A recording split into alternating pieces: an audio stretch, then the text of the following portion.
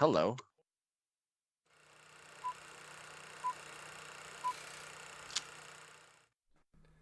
I mean, it's nothing as big as Comic-Con, though, because that took over the entire world. I mean, basically, we just got news. Like, we got a lot of news.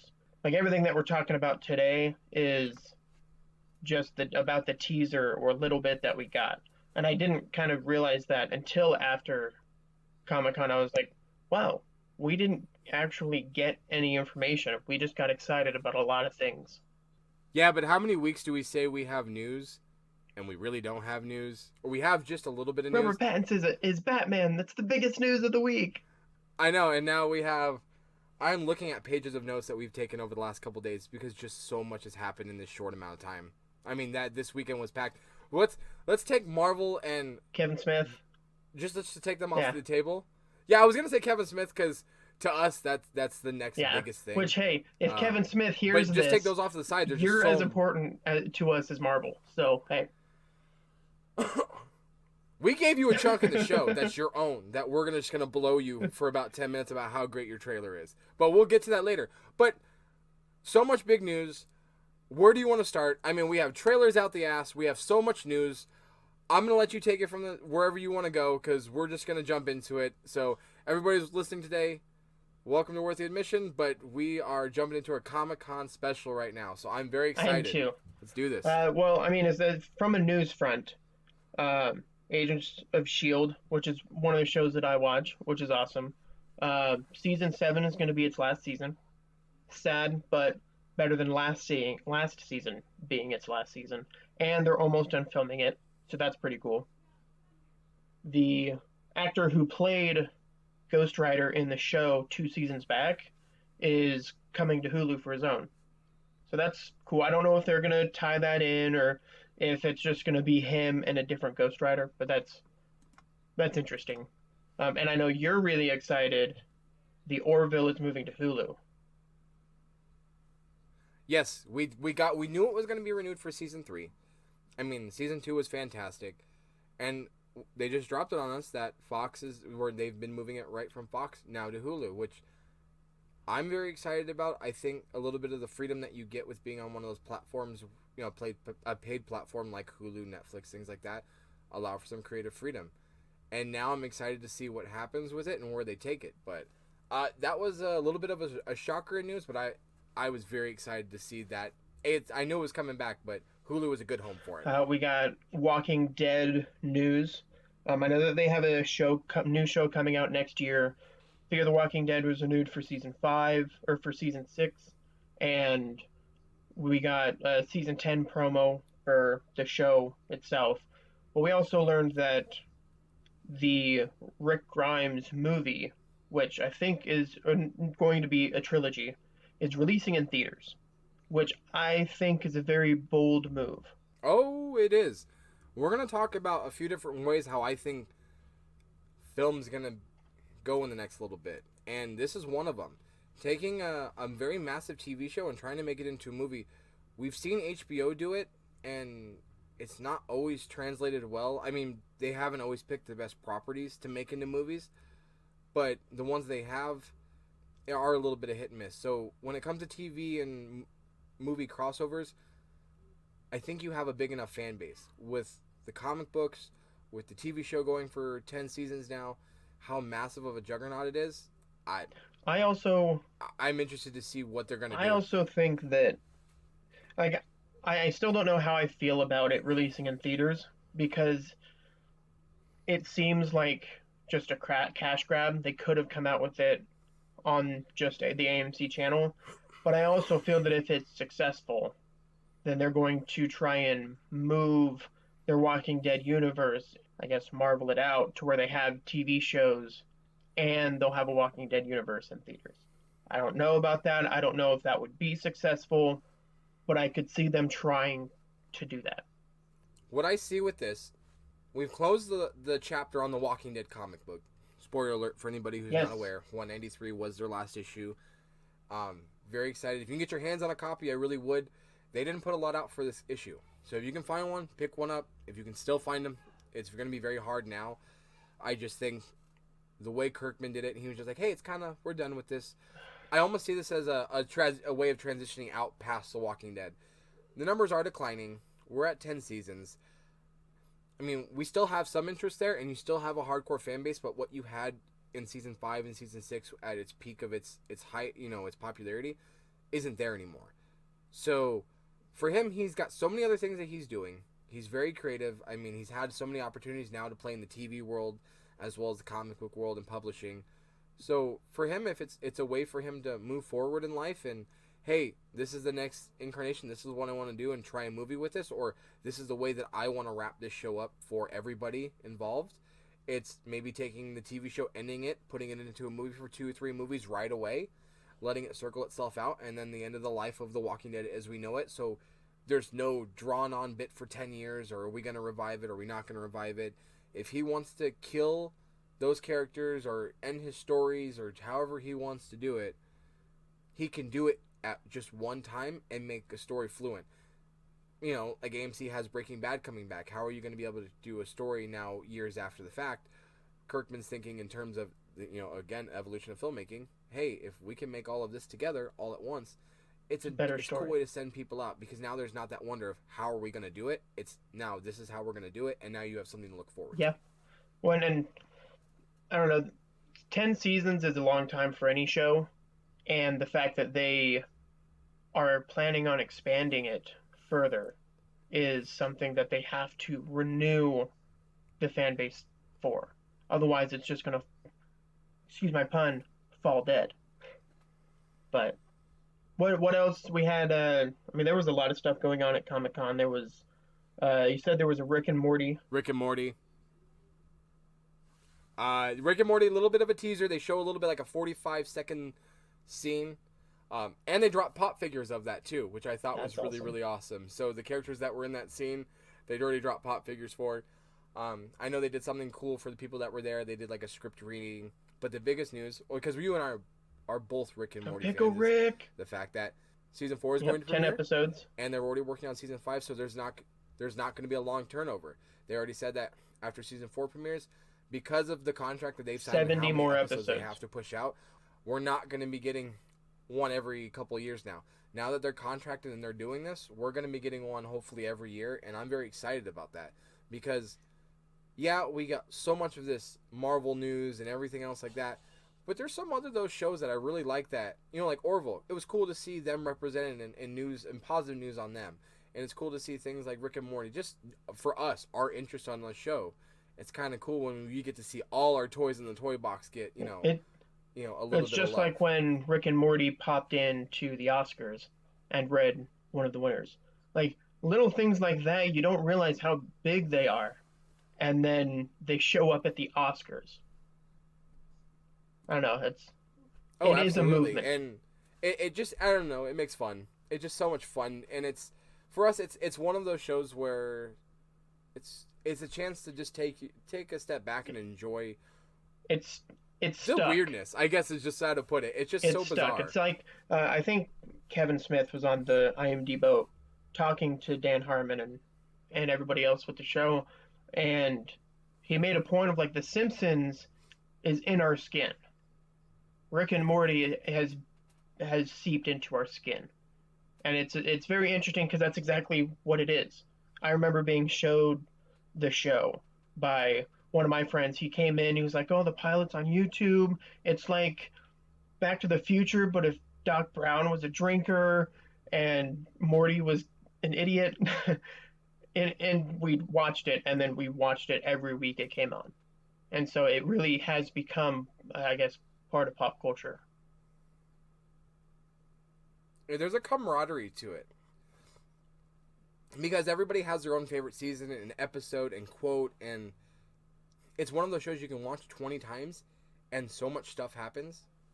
It's always something new, and that's what I find refreshing. When you don't find many people that have watched the show and not liked it, there are plenty of people who haven't watched the show because they won't like it.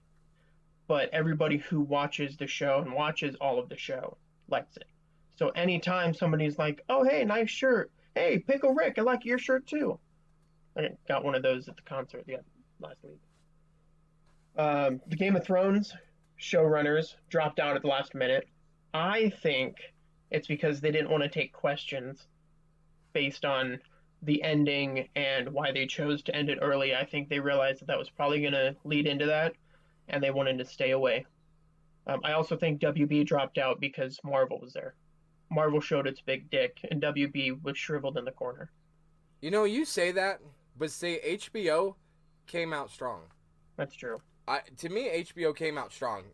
I really did. I thought, everybody still had a pretty strong showing. Now nobody compares to Marvel. No, Marvel took hands it down. Nobody does. But HBO, we still got so many new shows that are coming out that we're excited about. We have Watchmen that we saw the trailer, which we still don't know a ton about yet. but it looks cool. But we got a few. It looks very cool. Westworld season 3. We got a lot of cool trailers from them.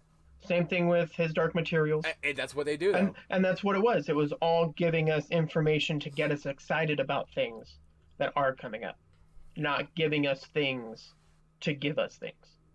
Now, my question for you is, now that we've got some of the news, what about these trailers? Because I'm looking at a list of a bunch of trailers that dropped, and they're all over the place. A lot of TV for what we're looking at here. I saw so much that I am so looking forward to. Oh yeah, in this next little and bit. It's all coming out kind of soon. Stuff that we premiered. And exactly. Yeah. And then 3 shows on HBO.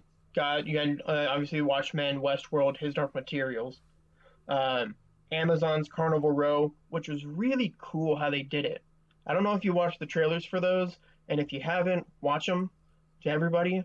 But Orlando Bloom and Carol Devine, I can't remember her name, but they had 2 trailers, one from each of their perspective, and it was really cool because it was a very similar trailer, but it was 2 clear vantage points. So it was really cool how they did it. I'm excited for it. I know Jordan is as well. We also got Man in the High Castle teaser for the final season, which is also excellent. And finally, something for The Expanse.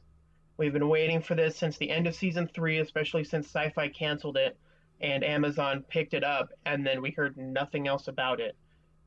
I am so happy we finally got, I think it's December 13th, season 4. And if you haven't watched it, watch it. 3 seasons, now on Amazon.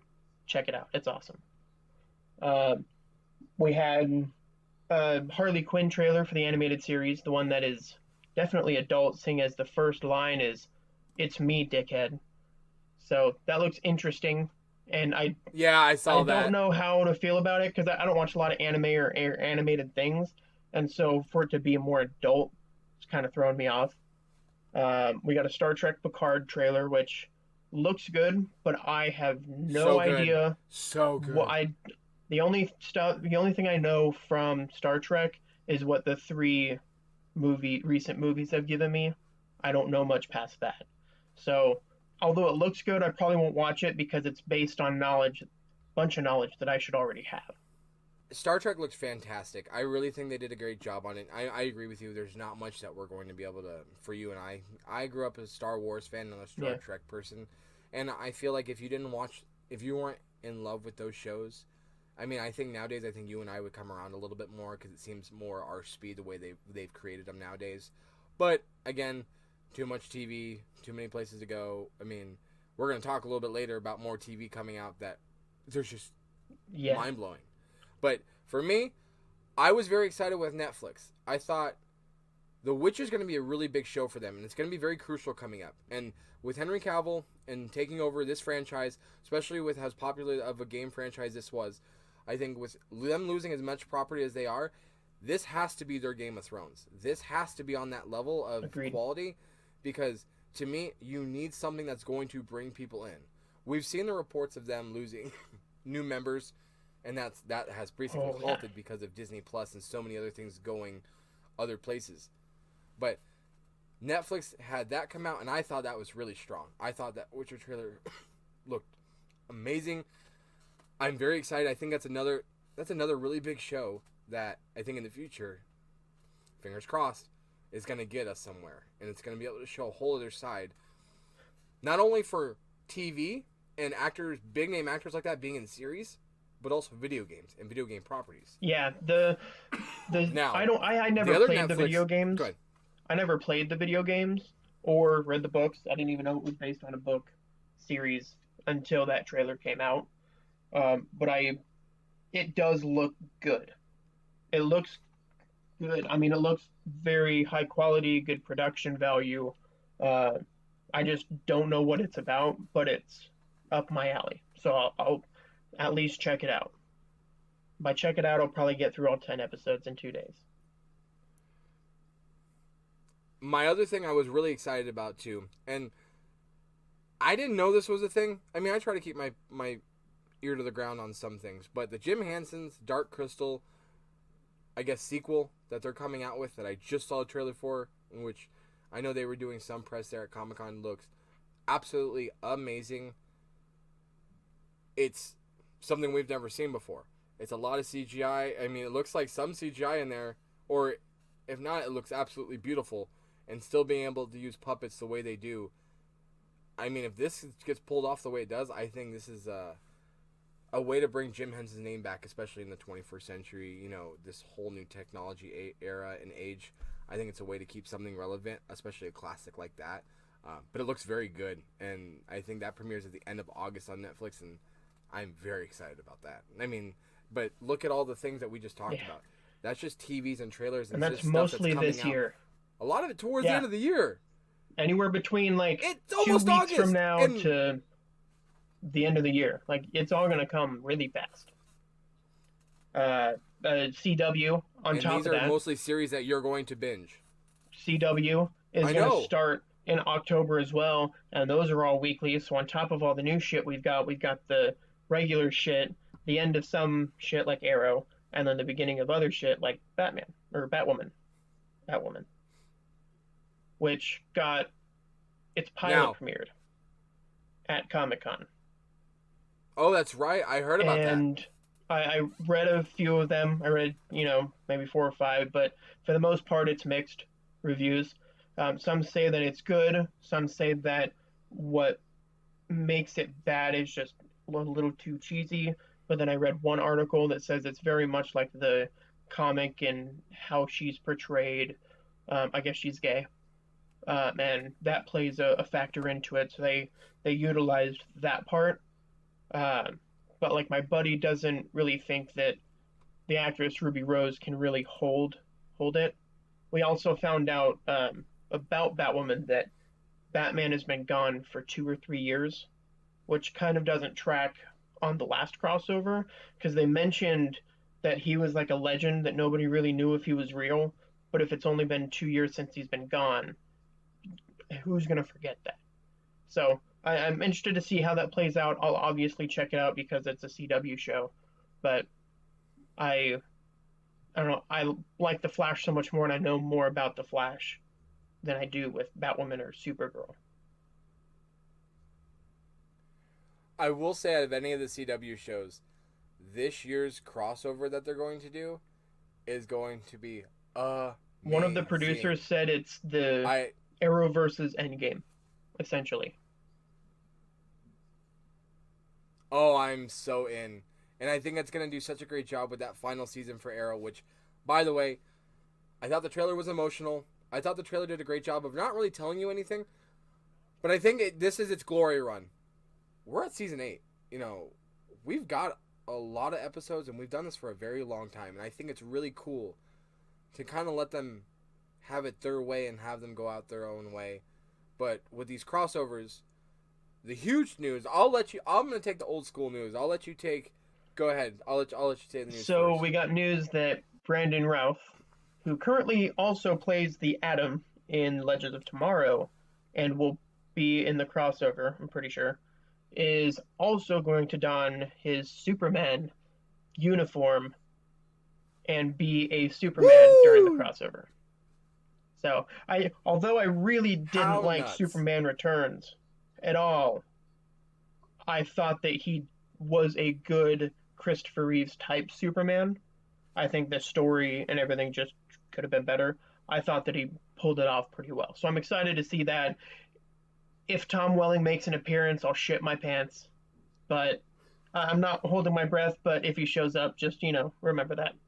Well, we also got other news as well too about another legend joining the crossover, and our boy wonder, the OG boy wonder of Holy television, Robin, Batman. Mr. Burt Ward. I saw that and my head exploded because I'm pretty sure that if Adam West was still alive, that there may have been a chance to have him come in some way, shape, or form, not as Batman, but just have him in there as some kind of cameo like a Stan Lee, because I just think that would be so awesome.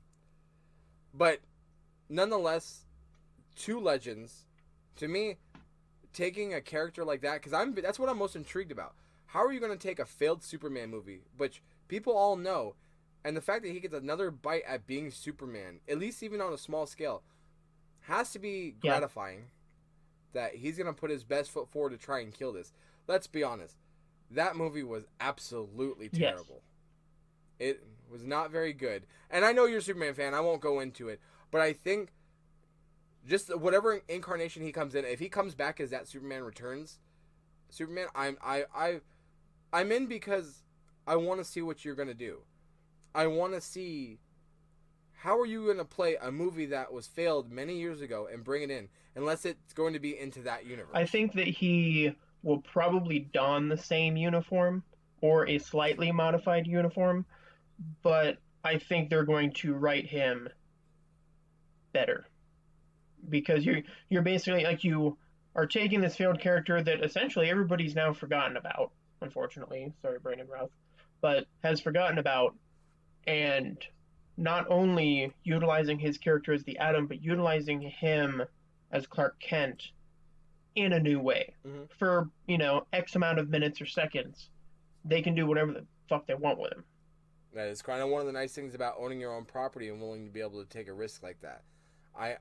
It's one of those things where you have to give it up to him. I mean, you have to. No, I'm excited for sure for giving this a shot. I mean, but taking away just the whole season, crossover, we also got to see a trailer for The Flash, which looks awesome. Really great. I feel definitely very emotionally heavy. I remember the villain. His name better. Bloodwork. From Heroes is the villain this season. He is played by the guy who played Mohinder, which was, I believe, one of the doctors, Sendhil Ramamurthy. I'm excited because I really liked his character in Heroes, and I'm a big fan of Heroes. Before Same. And after season 4, Reborn was good as well. But he is playing who's going to eventually become Bloodwork, which I don't know anything about him, so I'm kind of going in blind, which I'm a bit cool and excited for. But the season is basically broken up into a pre and post crisis world, because the showrunner, I think it was Mark Guggenheim, said that they're going to deal with, spoiler alert, they're going to deal with Nora's death in appropriate ways. It's going to be a more emotional side, but then the crossover is going to come and it's going to drastically change the tone for the show. And he said there that he feels like it's getting darker, but it's still the Flash. So he's like, so I'm excited to see where they go with that, especially because I don't know anything about him. Obviously, Eobard Thawne is going to play a role, I think, throughout the first half of the season, and then definitely during the crossover. But I think that's kind of how it's going to be. I think maybe Bloodwork is born during the crossover, before the crossover, and then he becomes the baddie after the crisis. But we'll find out. Like, I think the first 2 weeks of October is when the shows all start and come back. I think that kind of wraps up our TV side. So I guess we'll move on to the film aspect. We got a lot to talk about. I mean, the trailers that we got a chance to see, I thought I was excited about. I won't lie. I'm going to break it down a little bit for you. It Chapter 2 still scares the fuck out of me. I'm so excited. Looks great, though. It looks so good. I forgot Bill Hader was in it until I saw him, and it blew my mind. I was like, what the fuck? Like, because I hated... I'm terrified of clowns. I hated the first one. This didn't seem much more of a clown thing. This seemed a lot more demonic, and that's what I liked about this. It made it scary in a way that I could enjoy it, because I never liked the first It, but I found this bit so much more terrifying. The trailer for 2 just, I mean, I'm in. Well, and one of the realizations I had too is the level of horror is amped up because it doesn't take a lot to scare kids. Like in that universe, it wouldn't take a lot to scare the kids. Obviously, it's more than just, guy running with an axe or something. But in the second one, they're adults and they can handle more, so you have to throw more at them. And so it really shows that 27-year gap of it is a demon, it is demonic. So show it, have fun with it, be scared of it. He wants you to be scared. It's so good. But not only that trailer, the trailer of the weekend that I was so excited about. I will tell you here, I don't give a fuck. Take my money. Top Gun Maverick. I don't care. Give me Tom Cruise in a fucking jet, and it looks like nowadays with those camera angles, and it looks like just another one of his Mission Impossible movies. So, sold. Fun fact that I heard after the fact. Apparently, most if not all is not CG of him flying. That's him in a fucking jet. So he learned how to fly. Oh yeah. And then they're like, "Yeah, dude, have fun with it." So and of course when I heard that I was like, of course it's Tom Cruise. He learns how to fall off of a plane. He learns how to fly a plane, because during that trailer, first thing I thought of was, wow, that looks like a realistic takeoff based on what what footage I've actually seen. It's like, that looks real. You thought that was CGI? At first. And then I heard that I thought it was very fucking convincing. Hey, we live in 2019. Okay? CG. Bro, I knew that was real. I knew that was real the moment that it took off. I said, this motherfucker's crazy. Because there's a couple scenes in that where you look, where they're all flying, say, 50 feet above the water in formation. That shit ain't CGI. The shit when he takes off ain't CGI. And you can tell, because I felt the emotion when you takes off.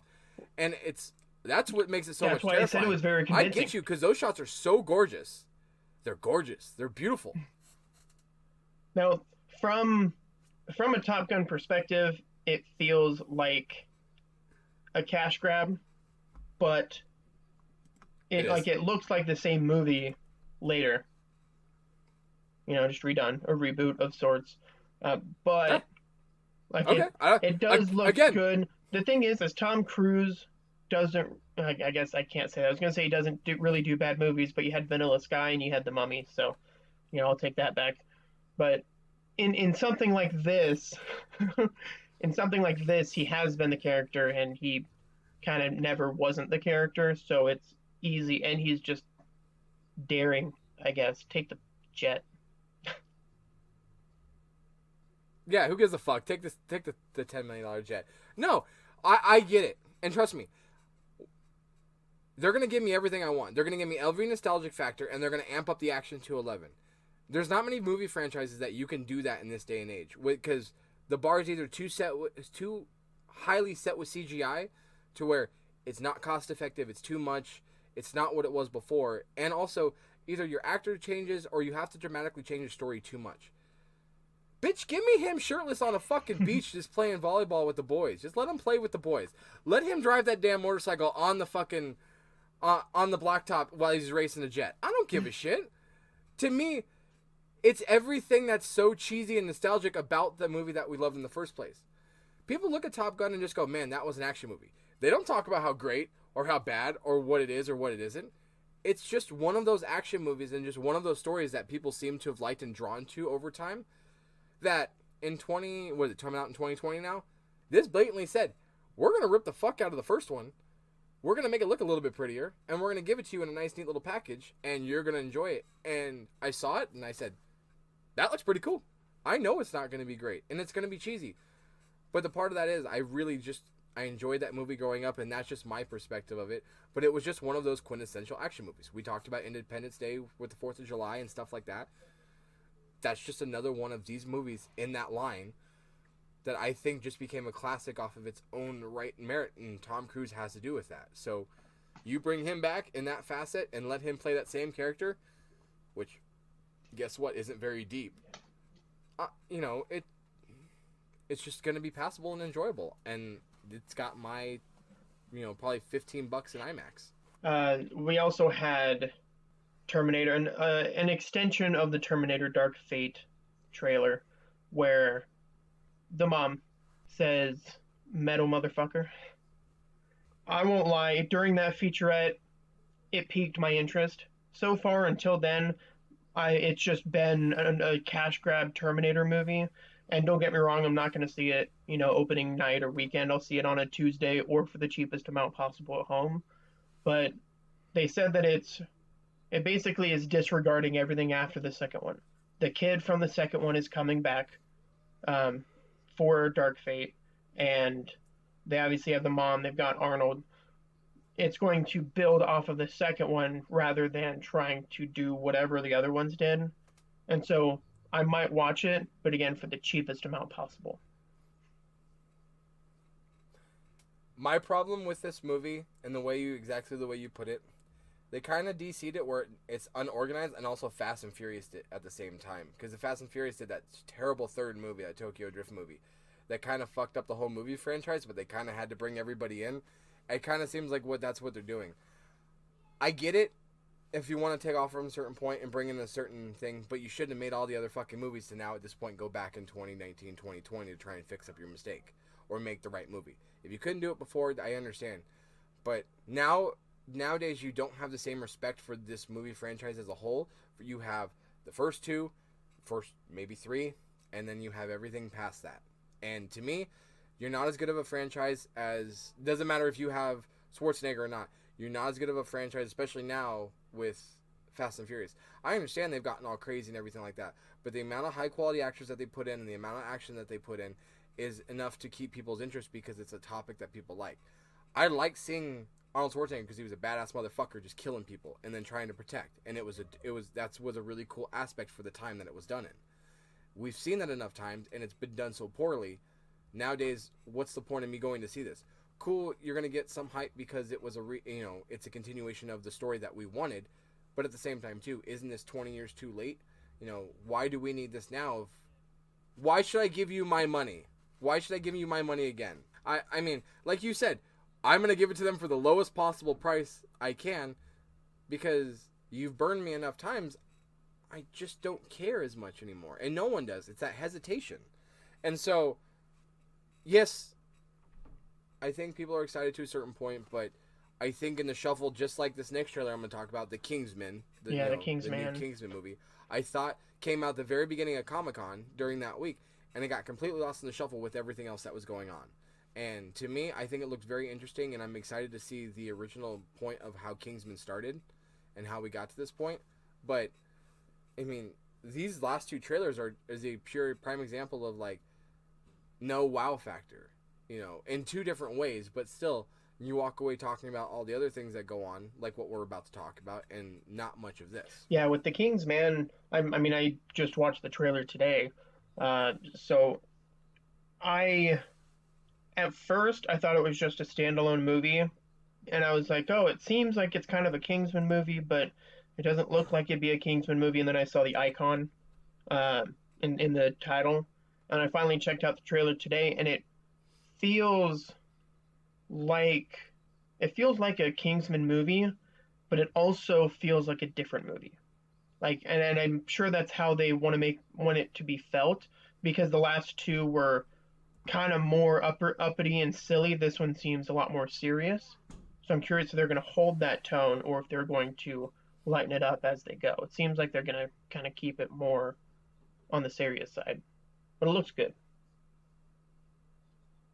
Oh yeah, most definitely. I love the first two movies, and it's enough of a franchise where I really am become a fan where it's going to get my money one way or another because I truly believe in, even though it's not the characters that we're used to, we get to have a cool backstory for the third one because they gave us everything we wanted in the first two. I think they did it such a cool way that now I'm curious about how this all got started because they don't divulge the past. Mm-hmm. They say the past is the past and this is how we got here. Now I want to see how we got here. I want to see that story. And I think it's going to be really cool how they do it. But to me, all trailers aside, nothing compares to this next trailer Hmm. of the greatest movie that is coming out in 2019. And I don't care what you say, it is the greatest film director of all time, Kevin Smith, and Jay and Silent Bob reboot. Yes, I know that is a hell of Statement. a lead in, but it is, because for us, we've been such a fan for a long time, and it's like any music band, anything where 5 people might fucking like them, but you like them, and to you, whenever they get to make something new or cool, whoever it happens to be, it's really awesome to see. Jay and Silent Bob reboot to me did not disappoint. I think it's really a shot for shot, and I believe I know how the story's going to go. Their road trip's going to go, and he's going to hit every bit of every important moment in his career going across. But the cameos, I mean, to me, is so much bigger. I'm very excited. Yeah, it was, I think every shot pretty much had someone famous. But A wow factor. Kevin Smith came on after Marvel. He was actually supposed to go on sometime during the day, but they said that his subject matter was a little too adult, so they moved him out after Marvel. And he told everybody when he came out, he's like, Kevin Feige just came out and said, check out this dick, and whipped it out, and it kept going all the way across the stage. And then Kevin Smith comes out, and he's like, check this out, and they got to zoom in and focus. It was a pretty funny introduction. But I know that the movie he originally set to make a shot-for-shot remake in kind of commemoration for the Psycho remake that was done, and then he said it kind of evolved and became something else, but he liked the direction that it was going. So a lot of things will obviously be the same, and the story is basically the same, but we will probably get some small things that weren't in the original that are now, like Snoochie Boochie. Yeah, I mean, I'm excited. There's a few people that missed that aren't there anymore, like Carrie Fisher and like George Carlin, which I thought to me were some of my favorite scenes in the beginning, like the rules of the road, and I just thought that was hilarious. That whole scene with them learning the rules of the road in Jay and Silent Bob Strike Back, and then getting in the car with Carrie Fisher, I just thought was hilarious. But yeah, character wise, I was very surprised. I mean, I think all of us were, to see 3 big, huge names. Let's just say 3 A-list actors. I mean, there's just 3 off the top of my head. Of Chris Hemsworth, Yep. motherfucking Thor.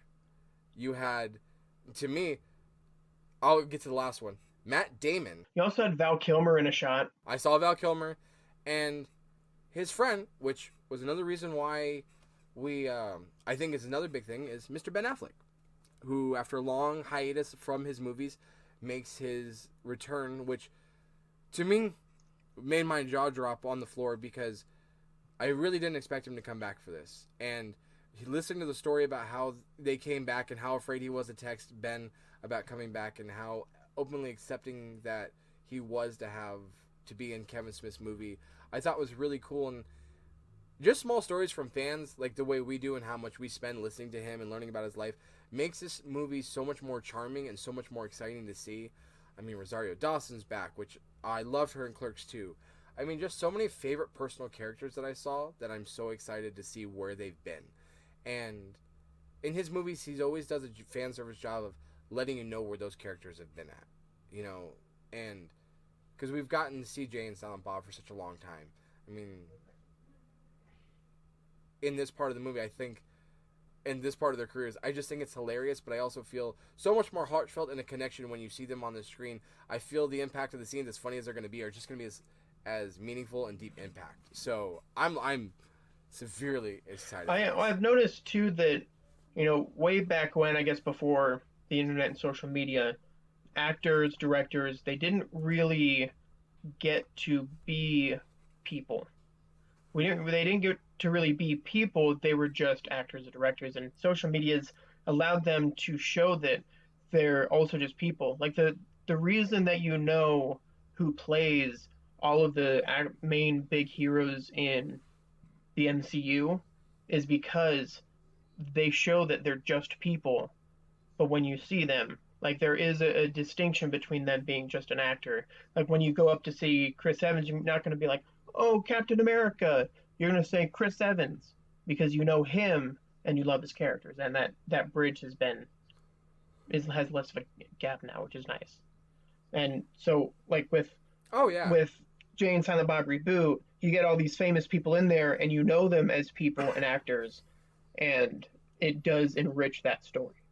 And it makes it more enjoyable. And now you're not just going for the story, you're going for basically the family that he's created along the way, if you think about it that way. Oh, absolutely. It's a whole career, and it's so many movies, and it's getting to interact with people in such a way that we don't get to see very often. You know, we got to see a really cool moment with Endgame and Marvel and everything like that, but to see him bring so many more movies together in a different way that's not superhero-esque, it's just fucking people talking. I think it's going to be so much more cooler in the way that it's like, hey, that's you. And I think those oh shit moments are going to be so much more of a cooler payoff. I think that's what makes it so exciting about this. But overall, that was, I think, for us, one of the biggest things of the weekend. We're gonna get to Marvel in a second. We're gonna suck their dick for 20 minutes here in a minute. But I wanted to give Kevin Smith his due specifically on this because Yes. to us, we see movies all the time. I mean, I can't tell you how many movies we've watched, and you watch a hell of a lot more than I do. But there's very few times where you get to watch something by a creator that you really like. Like, I'm a huge Martin Scorsese fan. Whenever his movies comes out, I get really excited about it. Same with Quentin Tarantino. Like, there's those few directors that I do get excited for. But, I mean, you're talking a handful of directors versus thousands of movies that are put out every year. It's hard to get excited, especially your favorite or one of your favorite or someone who you admire. It's fun. I'm planning on going to go see that in theaters when they do the roadshow.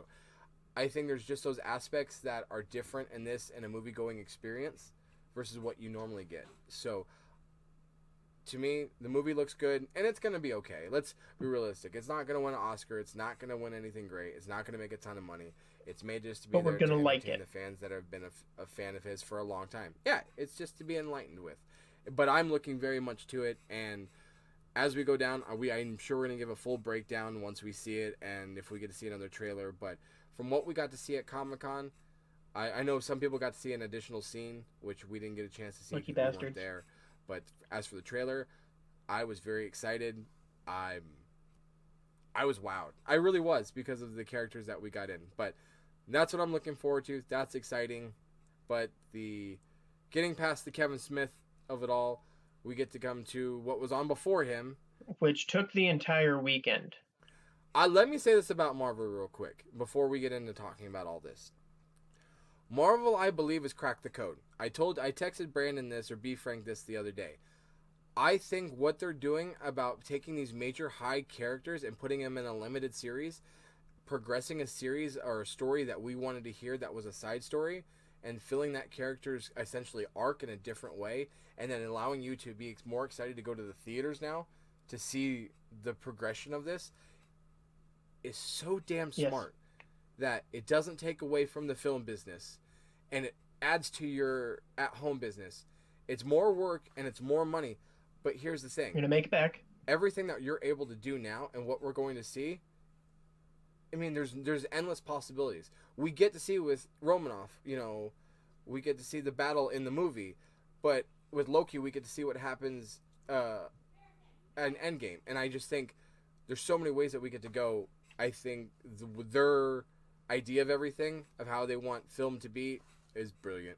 When the TV shows too act as basically like a side comic. That's exactly what they've done. They've created a comic book universe in cinema. And then that's exactly how they've done that, is building up to this. And so the Infinity Saga has essentially led to this, that now you can go and kind of do anything that you want. And that's kind of the best way to do it. Absolutely. Now, let's get back to the beginning. Marvel decided to pull out. Huge dick. I don't even want to say that, because I think what they did was so game changing, and I think what they did at Comic-Con is to put everybody on notice. This isn't just Netflix that they put on notice. This isn't just, Hulu or any of these major streamings. They put everybody on notice of, this is what we're going to do. We're going to give you movies. You want the movies? They're not going to stop. But you want more, and you keep telling you want more. Well, guess what? all the money that we spent acquiring all these assets and all these properties and doing all this thing Disney, we're now going to put this all in one nice, neat little package. On top of that, we're going to take the favorite thing that you guys like, the thing that we spent $4 billion on with Marvel and Only everything $4 else, billion or at billions this of point. dollars on at this point. And we're going to take this and take it to the next level. Phase 4 is a combination of movies and TV shows on Disney+. First time that we've ever seen this. And we are seeing this on a level that we get to see characters that we've never seen. We get to see concepts. This isn't even Fantastic Four or any of the other stuff that, spoiler alert, that we're going to talk about at the end that they teased us with. This is just Phase 4. This is, 10 properties in the next 2 years that we're going to see on TV and on the big screen. Well, right in the middle of talking about the entire Marvel Cinematic Universe's future, Feige also dropped out that Endgame at that moment had become the highest grossing movie of all time by surpassing Avatar. It's now at $2.79 billion. So it is now the biggest movie of all time in every way. Biggest opening weekend, obviously, 1.2 billion. But that alone set the tone for what they were about to do, because then they dropped the big dick. And yeah, we did get a Black Widow, which was kind of later on, which they really alluded to. Everybody on Twitter was like, come on, we got to do Black Widow. What are you doing? Don't leave my girl out. And they finally dropped that, and it's taking place after Civil War. So it's going to be in the middle before Infinity War and obviously Endgame. We got notice about the Eternals, which we already knew about, but we finally got a cast, which includes Angelina Jolie, Selma Hayek, Richard Madden, who, for those that don't know that name, was Robb Stark on Game of Thrones, and Brian Tyree Henry, which the main thing I know him from is Atlanta. But oh, he killed it in that, and I'm really excited. I have no idea what, like, we're moving into with a lot of these movies into realms that I don't even know. Like, kind of like The Flash, I just don't know what's coming, and I'm really excited for that too, because they do have the freedom to make it whatever they want. We got Shang-Chi and the Legend of the Ten Rings, which is Marvel's first full Asian American casted movie, and they really had a lot of diversity in this phase. And a lot of people online are kind of a mix of like, no, they're just trying to pander. But the other thing too is I think in 2015 Feige got full control of being able to do the Marvel Universe, and this is how he's finally able to create that diversity, because he has wanted this. And he's Shang-Chi. I don't know any of the actors' names, nor could I probably say them, but the actual Mandarin will be the villain in the movie versus the fake Mandarin that we saw in Iron Man 3.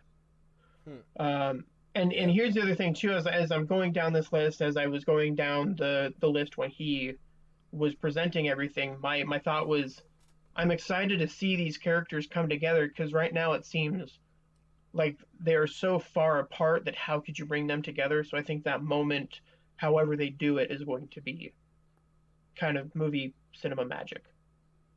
What we got, which I'm really excited about, Doctor Strange in the Multiverse of Madness, which Feige said is going to be their first scary movie. Which is very exciting. To me, it's another way to change up how we view and see movies, at least through the eyes of Marvel. And I think when you're doing something like this, it just opens the world. I mean, I want to see how dark we can go now, because we've seen the light and we've seen different ways, but scare me. You don't have to terrify me, but open those portals to those worlds that we haven't seen or we don't want to see, or something that terrifies us. And I think that's what we're going to see there. Going back up though, Black Widow, they're going to talk about Budapest. We're actually going to get the Battle of Budapest in that movie, which I think is going to be very great. Eternals, like you said, I think it's such a stacked cast. And to me, you are so much more in depth with this Marvel Universe. A lot of the names that I see, like Black Widow, I know, Doctor Strange, Thor, a lot of these characters we see. But like with Eternals and Shang-Chi, I don't know much about. But that's the whole part of this, is I'm so excited to see not only what's on the big screen, but what's also on. They're starting to show us things that we haven't seen before. Like, yes, we've seen Captain America. They're renewing the Marvel Universe by doing all of this. And with, like, Doctor Strange being a scary movie, I think that's really going to open them up, because I have a sinking feeling that Feige really wants to get that Best Picture Oscar nom, like, some point soon. And I think creating a scary movie opens them to now creating just a hard drama, but with superheroes. Like, they don't have to just be action movies. They can be dramas. They can be scary. They can be suspense, and that's going to allow them to bleed into regular films and film awards, like they did with Black Panther. Uh, now, one cool thing I did like is, so WandaVision is going to be Disney Plus, and it supposedly takes place after Endgame. So I'm thinking there's a possibility it's from the multiverse. Also, because Wanda is going to somehow be in Doctor Strange. Don't know for how long, how much, but she is going to at least make a cameo. She will be in that movie. So this is kind of where I thought that the Marvel Universe was going to start showing more of the crossovers and cross pollination between the movies, the shows, and throughout the entire universe. I'm excited to see how they do that. Then we got, I think, the second biggest news, which we had heard, I think, earlier that weekend, that Taika Waititi was making a Thor 4 and that it was happening. And then Feige dropped that it was Love and Thunder, where Natalie Portman is going to pick up the hammer and become female Thor. And I think everybody lost their minds. This is also where they announced that Valkyrie is the first person in the MCU who is LGBTQ hero. And they also worded it in, like, she's the king and now she has to find her queen. I thought that was really cool, and this is all part of that large diversity. I know that there's somebody deaf on the cast list for Eternals, and that's a really big deal as well. And then, so Feige is like, we've got Captain Marvel, Black Panther sequels in development. We've got Guardians 3 in development, and we've got Fantastic Four in development, which I mean, like I said, 3 to 6 years. So quote me on it, bitches. And then Mahershala Ali came on stage, and like they're chatting for a second, and he puts on a hat. You can kind of see what it says, and then the screen behind them shows Marvel Studios Blade, which I thought that was a hell of a way to end that. That, hey, by the way, it's coming out. They didn't give us any other information other than Mahershala Ali is going to be playing Blade. But that alone is awesome, because that's kind of what everybody wanted. And that's what started live-action Marvel movies, was the original Blade. And then Feige was talking about the discussion between him and Mahershala Ali, and he's like, if Mahershala Ali calls you, you take the call. And so they spoke for a moment, they met in person, and I think after just a few minutes, Ali was like, I'm going to be straight up, I want to play Blade. And Kevin's like, you've got it. Because he's like, he told me he wanted to be Blade, and that was it. And obviously he's got 2 Oscar wins, multiple Oscar wins if not, and I think he does encompass Blade. I think he is going to make a great Blade. And I'm really excited for that. There's been a lot to unpack with this whole Marvel Comic-Con. Mahershala Ali, I think you're right. And to me, it would not be surprising if they tried more of a drama side filled with him and Blade if they were going to make a run at that Oscar. Because they did it with Black Panther and they tried to set themselves up with action. And I think if you're going to do it again, take an Oscar winner, put him in a Marvel role, put him in a good drama, because this is something that can be also drama paced as well as action paced. So I think that you can do a lot more with him, and that him as an actor can range you so far. Oh yeah, you can do a lot with him because he's so versatile. I mean, I remember us talking about him and gushing about him in True Detective earlier this year, and we both fell so far in love with him, with how he could be meticulous in 3 different decades, 3 different timelines, and he stuck it together so well. And I mean, this isn't his first stint in DC in MCU. You know, obviously he was in Into the Spider-Verse. He was Uncle Aaron, and it's kind of cool to see him get the bite in the live action version of something Marvel property, because I just think he's tremendous and great. Another thing is, I do know that they came out, and Gunn came out already and said Guardians 3 is going to take place after Thor, and it seems like those two are going to be tied in together. So whatever we see in Love and Thunder, we're going to be very, very much present in Guardians of the Galaxy Volume 3. Because of him being so far away with Suicide Squad 2, they said, let's make Love and Thunder first. We're going to let that play out, and then we're going to pick them up. I think they're going to be a really big factor point going on forward, especially with us getting further with so many new characters. Having a familiar face and seeing what they're up to, I think is going to be a really nice reminder of how big this universe is, especially in the next couple of years, especially with all those properties. Having to see everybody together, kind of like a mini reunion, is going to blow a lot of people's minds. So yeah, that pretty much kind of sums up. I mean, I say sums up. It took us an hour to get here, but sums up Comic-Con. At least for what, there's a lot of stuff that we didn't even hit. I'm excited. I'm excited for everything that we talked about. Every year we get the chance to see something, and this is kind of like what everybody waits for. This is a staple moment. Video games has E3. You have Oscar season at the end of the year for all these new movies and everything that comes out. For everything culture-wise, at least for this nerd and geek fandom, we get a chance to see so much more. And this year was a big evolution. I think being able to flip from an app on a phone or an app, Apple TV, Roku, something mobile that you can watch on your TV, to being able to go to a theater and continue the story, I think is going to be the way to go. And I think just seeing how this is the first version of this. We don't know how it's going to be perfected, but with what Disney Plus has done, we're very excited to see what's ahead in the future. And especially with Disney Plus, I mean, there were even a couple shows we did mention, like Falcon Winter Soldier. We're going to have Zemo show up in his mask. Falcon Winter Soldier is going to be the first show that comes out, and that's still like a year away. But then, yeah, you've got Loki after WandaVision. You've got the animated What If, which is set in an alternate reality, and the Watcher is going to be voiced by Jeffrey Wright, which is really cool, and I'm really excited for. And then Hawkeye gets his own show, and they're going to introduce Kate Bishop. And so that's the other thing, is if they use a show like Hawkeye to introduce Kate Bishop to then get a Hawkeye movie with Kate Bishop, I could see them manipulating it that way, because at that point it's just, how do you want to tell this story? Do you want to tell it in 2 hours, or do you want to tell it in 6 to 10? So it really opens that up for them to expand as much as they'd like to. And before we go, of course, what we always like to do, we always like to send you on a good note, but we're going to tease a little something.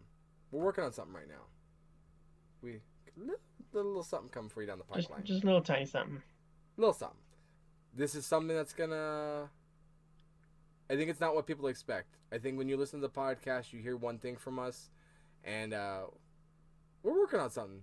Stay tuned. I mean, we've got a time frame. We've got a tentative release date, but anything that you hear from here on out, we're going to put up on our Twitter, and we're going to put up on social media, so you will be able to follow along when we want to release something. So for that time, just stay tuned, listen to the podcast, but we're branching out. We're growing up. We're doing things.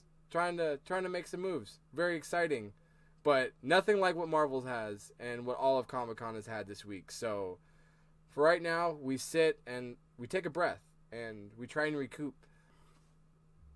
Well, with that being said, I am B. Frank.